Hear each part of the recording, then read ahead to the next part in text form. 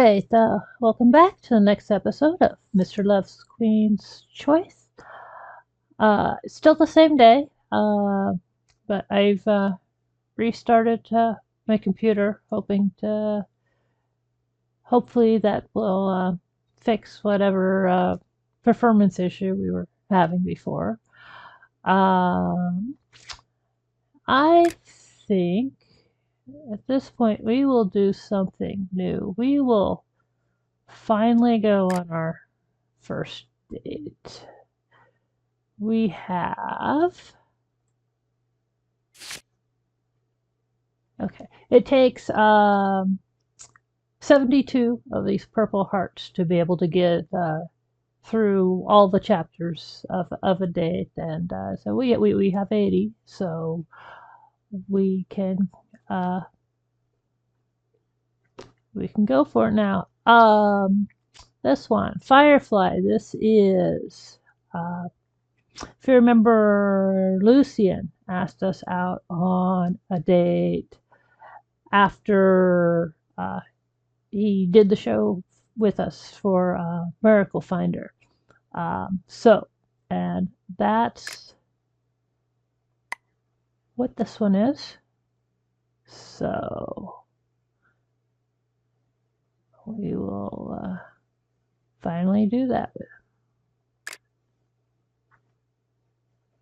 To thank Lucian for helping out with our show Miracle Finder, I agreed to hang out with him this weekend. I arrived at the exhibition center 10 minutes early, feeling inexplicably nervous. Surprisingly, Lucian was already there, waiting. Hi. Hey, have you been waiting long? Sorry. It's my fault for being too early. Right. Lucian pressed a pamphlet into my hand. The cover read, Heirs of Light. Let's go.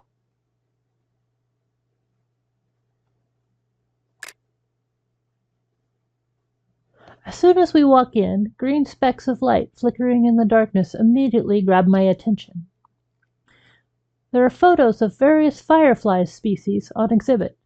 In the center is a long corridor simulating firefly lights. So, by heirs of light, they mean fireflies. Do you like stars? Yeah. The corridor is lit up with fireflies, making it resemble a starry summer sky. Some like to believe that fireflies are stars too, but on the land instead of in the sky. Stars on land? That sounds romantic. But behind the romance, there are lots of hidden truths no one ever hears about. Hidden truths? We humans are always attracted to shiny things and ignore everything else. Yeah, I actually have no idea what fireflies look like without their lights. That's true for fireflies and true for humans as well. We only see a person's most prominent quality. As for the rest of their qualities, they become overlooked blind spots. That's why it's hard to truly know a person, I guess. That's right. What interests me the most happens to be these rarely noticed qualities. It requires luck and patience to truly understand someone. Luck and patience, yes, but you also need to be really motivated. Right. I've studied a lot of people. However, there's been only one I'm truly motivated to learn more about. And who would that be? I can't tell you yet. Okay.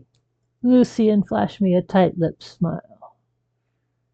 Come on, the exhibition is starting.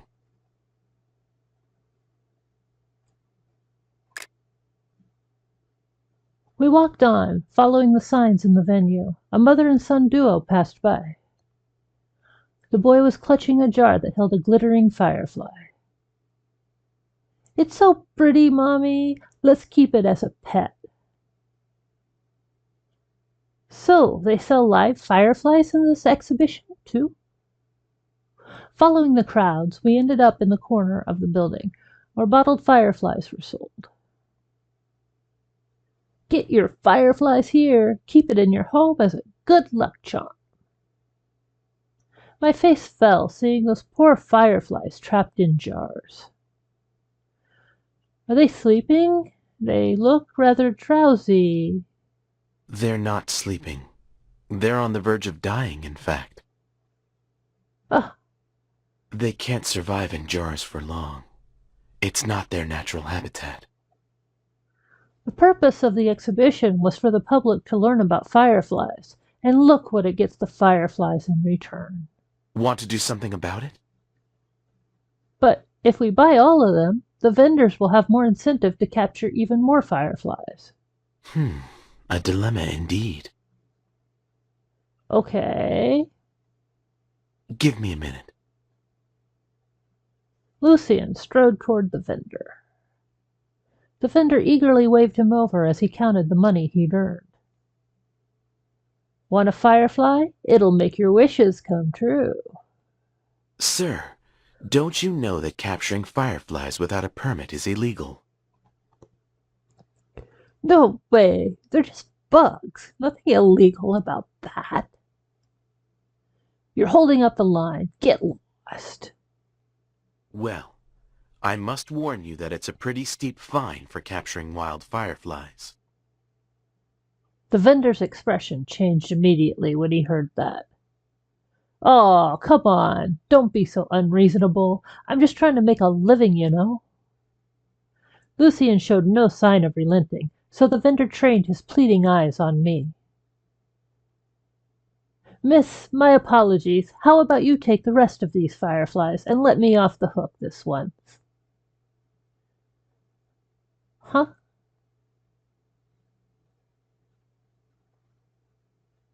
I took the fireflies from the vendor.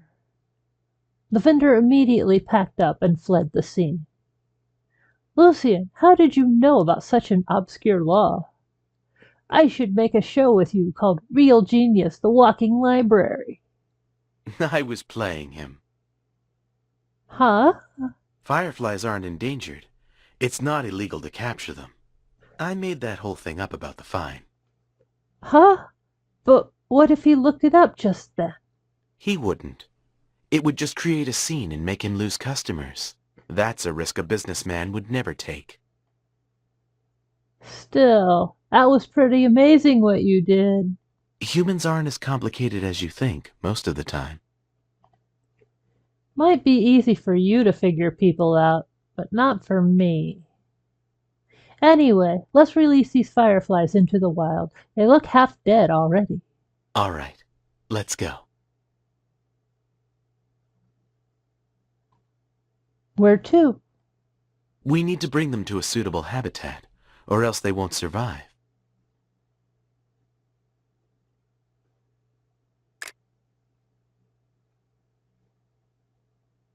Lucian led me to a dense thicket. We trudged on, following a meandering path. It was getting dark, and the fireflies in my jar were gleaming faintly. The trees cast shadows on Lucian's silhouette, creating a sight that seemed almost surreal. Once we were deep enough in the thicket, I opened the jar, but the fireflies didn't fly out. Why are they not moving? Are they dead? Whether they'll survive depends on their will to live. Without a will to live, they'll die soon to other dangers, even if you try to save them. I gazed at the fireflies in the jar, silently praying that they'll live on happily. One of the fireflies begins flapping its wings, slowly gliding upwards. Lucian, look! Soon more and more fireflies drifted away into the night sky, carrying their little green lamps. They look so lively now. Lucian, look over there. More fireflies had gathered in the depths of the thicket, as if welcoming their friends home. The dark night sky is soon lit up by small specks of green. Lucy and I stood there, surrounded by fireflies. Look, they've lit up all the trees. It's lovely, don't you think? Yes, but these lights are actually a bad omen for some woodland creatures. How so? Baby fireflies eat snails and certain insects to survive, so their lights are bad news for some others. Survival of the fittest. That's how the natural world works. Lucian. As he spoke, his gaze wandered off to some faraway place. On his face was an expression I'd never seen before. I wanted to ask him what he was thinking, but he soon started smiling again, as if nothing was wrong. Noticing that a small firefly had not taken flight yet, I cupped it in my palms. Hang in there, little one. Touching the firefly. The firefly, wings fluttering, leapt from my palm to Lucian's fingertip. A sudden breeze from the depths of a thicket sent the fireflies scattering. The one in our hands, though, continued struggling to fly. Hair and shirt whipping in the wind, Lucian gazed at it with soft, kind eyes. It's getting windy. To struggle is the only way to survive. As if understanding Lucian's words, the firefly began to lift itself shakily into the air. It danced around Lucian and me, bidding us farewell one last time. And then it headed towards its friends, eventually disappearing into the depths of the woods. The world may be cruel, but so many fragile little creatures find a way to survive.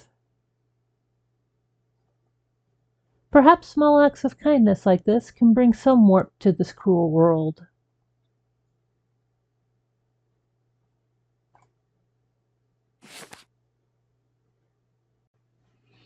Alright, so that's how dates work. We got some rewards. And we should have cleared another of those quests by doing this. And I got an achievement. 2 achievements.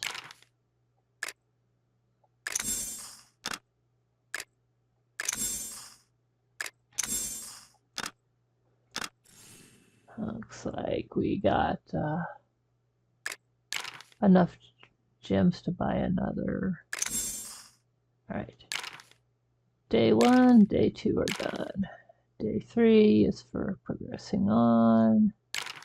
So is day 4. And day 5. And upgrade another karma to 30. But I think we should do the other stuff first because I think we need more leveling mats. I could spend the gems to get more of these, but I think I will save my gems and just be patient because we'll get more of the level up mats over time. There's no reason to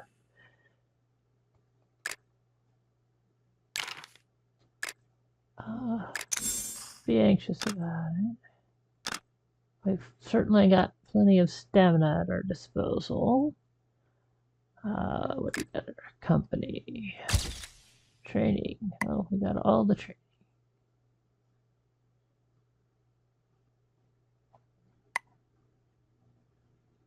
And more life.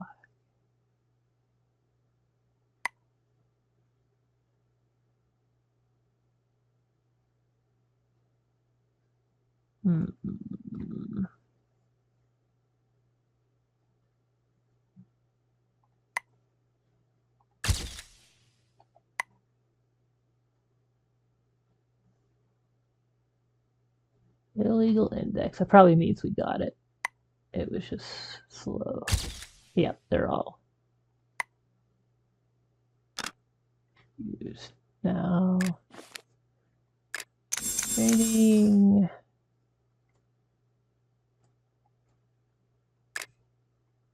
Achievement. And have we We got a level up. We're close to level 15. Then we'll be able to do another expert. But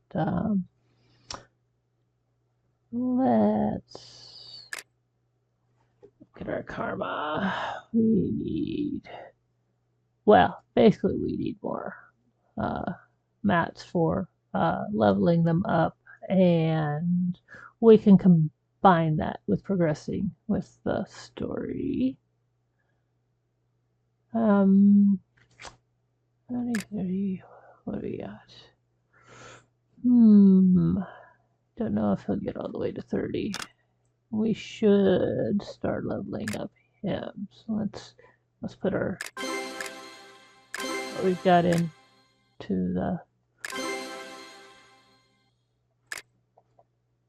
our new scissor card, and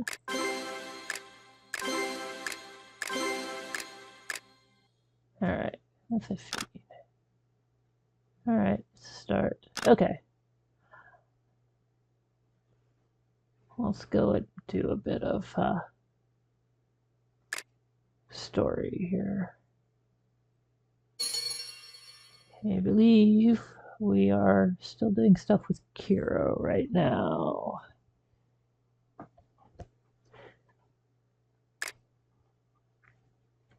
After I said goodbye to the grandma, I helped Kiro in his bear costume stagger back to the camera unit. Thinking of the grandma craning her neck to see footage I'd got on my camera, I couldn't help laughing. Kiro looked back at me. What are you laughing about? I'm thinking, when I work with Kiro, though it's a bit tiring, it's pretty fun. Being with you and doing something I like makes me happy too. The wind kicked up, sticking a few stray strands of hair to my brow.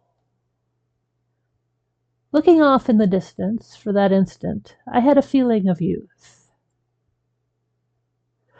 That sea breeze from the summer when I was 17 seemed to be blowing past me again.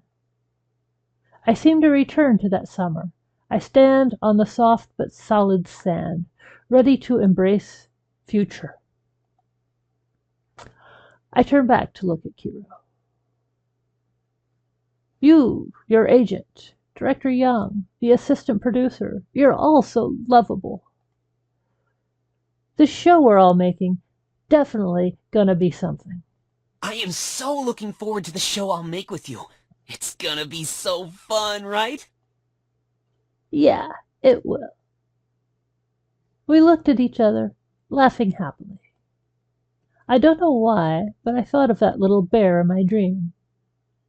The bear that always makes the weather sunny. Could it be Kiro? Excuse me, have you seen Kiro? Big Bear and I waved our hands in unison. Nope. The fans thanked us. Kiro goaded me into taking a photo for them. Sure. When I took his phone, I felt something strange. There was a bump on the back. Feeling a little confused, I raised the phone. But why should we take this photo? The bear mimed covering his mouth, telling me not to speak out. Ha ha ha! This bear is almost half as cute as Kiro. Let's take a photo together. There were many fans asking on the way, and I helped Kiro take photos with all of them. When we passed an alley, Kiro suddenly stopped me. It was a man talking with two girl students beside the road. Are you going to see Kiro? Yes, you know where he is? I'm with the film crew. Kiro's already finished shooting and gone back to the studio. We have strict rules. Not even entertainment reporters are allowed to enter. Can you get us in there? Very difficult, but luckily I know some of the staff. Give me $50 and I'll get you inside. Is this one of the film crew? He doesn't have a badge. And he's scamming my fans. I saw the two girls preparing to give him the money. The guy looks strong. Should we call for help? If we confront him, what if he tries to fight? Stay put. I have a plan. Kiro, in his bear costume, rushed out before I could stop him. Does he really have a plan? Kiro walked slowly, waving his hands clumsily. He took out some flyers that were in his pocket. Hey, where'd you come from? Get out of here. The man tried to wave off Kiro with his hands. Then Kiro suddenly threw down the flyers, took off his bear head, and plopped it over the man's head. There! I'll teach you to scam my fans. Having trouble seeing? Then he turned around, grabbed me by the hand, and ran. He even picked up the flyers along the way. I'm not even giving you a flyer! Ah! Kiro! After recognizing him, the fans screamed and chased after him. The man in the bear head, completely blinded, just ran into the wall. A girl with a ponytail gave him a good kick and took a photo. Liar! You shouldn't mess with Kiro's fans! In that ridiculous costume, Kiro ran as fast as he could, his golden hair dancing in the sunshine, with big drops of sweat falling off his face. His clean, slim figure, highlighted by the sun, while in the bear costume, suddenly made me forget everything else. My face was all red from running. Kiro looked back and reached out to me. Here, take my hand. I smiled and squeezed his hand tightly. He held my hand tightly, and I felt a warmth, like his own special heat signature. Finally, we were somewhere more secluded. We both doubled over, panting heavily. You just rushed out like that for those girls. What if something would have happened? They are my fans. It's my duty to protect them.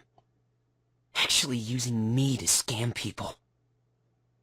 Kiro smiled conceitedly, like a sly squirrel.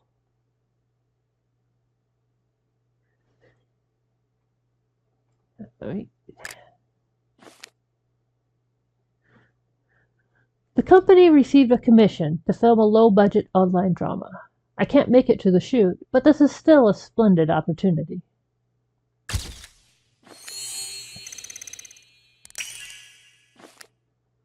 Filming's about to start when the lead actor has a schedule conflict. And it looks like Cersei's the one to solve the problem. Cersei negotiates for you and successfully navigates the problems. A supporting actor suffers a fracture. You're down to a crew member for backup. Oh, we don't have anyone great for it. Let's see if we have somebody okay for drama and scripter. Fanks will do drama. Alright. Fanks looks the part, but sorely lacks acting chops. A wax figure would have been an improvement.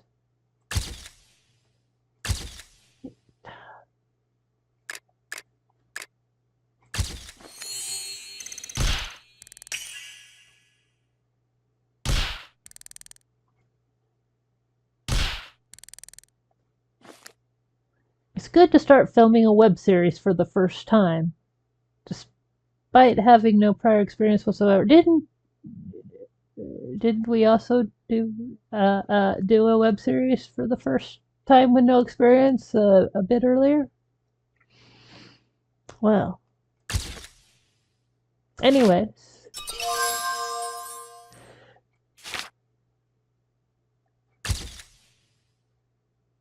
Alright, we got another set of shards.